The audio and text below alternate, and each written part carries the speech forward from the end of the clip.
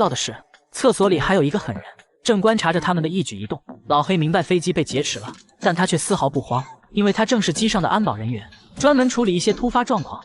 他偷偷拿走了墙上的无线电话，迅速回到厕所，将飞机上的情况汇报给警方。可他还是被劫匪发现了，劫匪将他堵在了里面。老黑先是假装示弱，趁着对方不注意，哐当就是一脚，跟着用门一夹打掉了手枪，然后将他的脑袋塞进马桶，吃饱喝足后才将他放出来。老黑挟持了劫匪，试图威胁对方投降，但强哥根本不在乎手下的死活。他推开空姐，换了一名男乘客做人质，跟着又抓起一个女人，威胁老黑放下枪。老黑担心女人受到伤害，只能乖乖听话。